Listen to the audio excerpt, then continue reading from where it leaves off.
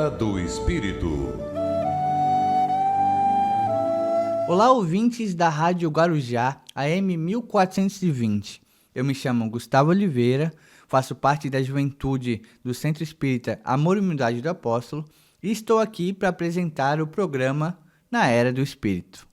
E hoje vamos falar de um tema que é muito pertinente, inclusive nessa semana, que é a Semana da Juventude Espírita, aqui no Centro Espírita Amor e Humildade do Apóstolo. E está tendo palestras que têm essa mensagem, esse direcionamento para falar sobre a juventude. E é um tema também muito abrangente, é um tema muito amplo, mas que dentro do Espiritismo temos perspectivas transcendentes à matéria. Então é sobre isso que vamos falar aqui hoje. Bom, para começar, ao falar da juventude espírita e como eu posso me relacionar e o que você, jovem que está me ouvindo, pode fazer enquanto jovem no movimento espírita, poderíamos começar falando de uma frase da Joana de Ângeles. Ela fala uma coisa que pode nos ajudar a olhar para aquele indivíduo. Ela fala que a criança não é um adulto miniaturizado, nem uma cera plástica facilmente moldável. Trata-se de um espírito em recomeço, que momentaneamente esqueceu das suas realizações positivas e negativas, mas está nesse caminho de evolução. Então, ela fala isso para que a gente saiba que, ao olhar para aquele indivíduo, ele não é uma caixa oca, ele não é simplesmente um lugar onde eu deposito coisas. É claro que o papel do evangelizador, o papel dos pais, todas essas dimensões da sociedade que lidam com o jovem e com a criança, tem esse papel, essa responsabilidade de instrução, oportunizar ações, oportunizar tarefas e oportunizar condições para que aquele jovem, aquela criança cresça de uma forma saudável, de uma forma ética. Então, poderíamos começar talvez falando sobre quando a gente fala de centro espírita e de juventude, a gente lembra de evangelização. E na evangelização, uma coisa que talvez seja bem interessante de relembrar é que o objetivo da evangelização, falando no movimento espírita, né, falando do espiritismo, não é necessariamente formar novos espíritas. Não é esse o papel da evangelização.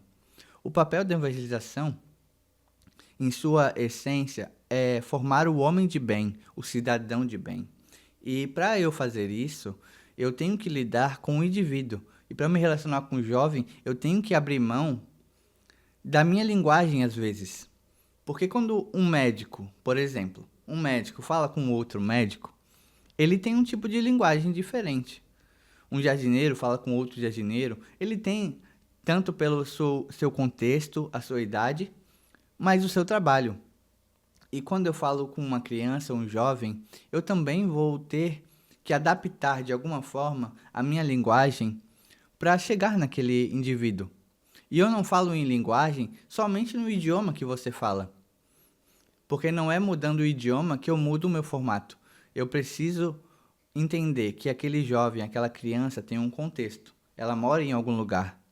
Ela nasceu em algum lugar, tem tal situação financeira, tem tal situação escolar. E isso tem que ser levado em consideração quando a gente fala com aquele indivíduo e tenta trazer ele para perto de nós, numa relação de trabalho, numa relação de protagonismo, como é um tema que usamos muito aqui. Protagonismo é a perspectiva de que o jovem pode, e eu falo jovem agora também olhando para mim, pode e deve ocupar o seu espaço dentro da construção do movimento, dos trabalhos e da sociedade. E um protagonismo que não é um protagonismo egóico, não é um protagonismo onde eu vou fazer o que eu quero agora e você o protagonista da minha vida, nesse sentido hollywoodiano. Eu estou falando num protagonismo em que existe uma parceria intergeracional, uma parceria de gerações. Parceria onde o jovem ou a criança, ela vai se valer dos ensinamentos dos que estão há mais tempo nesse trabalho, dos adultos, dos idosos. E aí, dentro desse aspecto, a gente consegue, de alguma forma, construir. Porque quando a gente fala sobre relação, o guia de orientação, a da ação evangelizadora da FEB, ela fala que tem um caminho muito lógico para se seguir quando a gente lida com a juventude e leva essa mensagem. E esse guia lógico, ele pode ser válido para você que está ouvindo em outras áreas da vida. Então, eles usam como referência Pestalozzi, que foi um pedagogo e foi também mentor de Hippolyte de Leon de Lizard Rivail, que foi Allan Kardec. E qual que é esse método? Ele falava que precisaria ter o conhecimento, então a parte que vai ter a teoria, o amor e o trabalho, ou seja, cabeça, coração e mãos. Não é somente eu aprender a teoria, mas eu sentir aquilo. E não é somente eu aprender a teoria e sentir aquilo, mas eu usar as mãos, né? O trabalho, é eu botar em prática. Então, dentro desse processo de educação para lidar com a juventude, entender que eu preciso chegar no coração daquele jovem e tem os caminhos da teoria, mas também do trabalho. E para eu despertar isso, eu preciso despertar isso em mim. Então, toda ação evangelizadora, toda ação de educação, para você que é pai também, é uma ação de autoconhecimento. É uma ação de transformação, porque eu vou me adaptar. E lembrando que quando a Joana fala que somos um espírito que tem a sua potencialidade, está em caminho da evolução e está sempre se construindo. Eu acho que é uma boa palavra para a gente ter em mente dentro da ação evangelizadora. E aí eu resgato a mensagem de Bezerra de Menezes. Bezerra de Menezes tem várias mensagens que falam para o jovem, que falam para a juventude. E ele traz, na sua perspectiva, uma frase que é: a expansão do movimento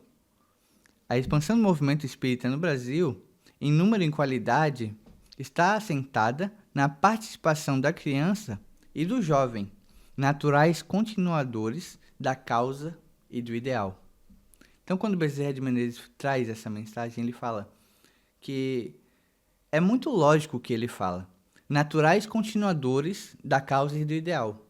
Ou seja, aquele que está vindo, que está começando a sua vida, é natural continuador daquela obra, como qualquer obra, como qualquer mensagem, como qualquer coisa. E Emmanuel complementa essa fala, e eu finalizo como se fosse uma esperança também, que o Emmanuel complementa essa fala, falando: o moço poderá e fará muito, se o espírito envelhecido na experiência não o desamparar no trabalho. Nada de novo conseguirá elegir, caso não se valha dos esforços que lhe precederam as atividades. O que Emmanuel quer dizer, então, para nós? Que o moço, o espírito que está começando ali, ele vai conseguir ter um bom papel se o que já estava antes dele não desamparar aquele jovem. Então, é sobre união. União que a gente está falando aqui.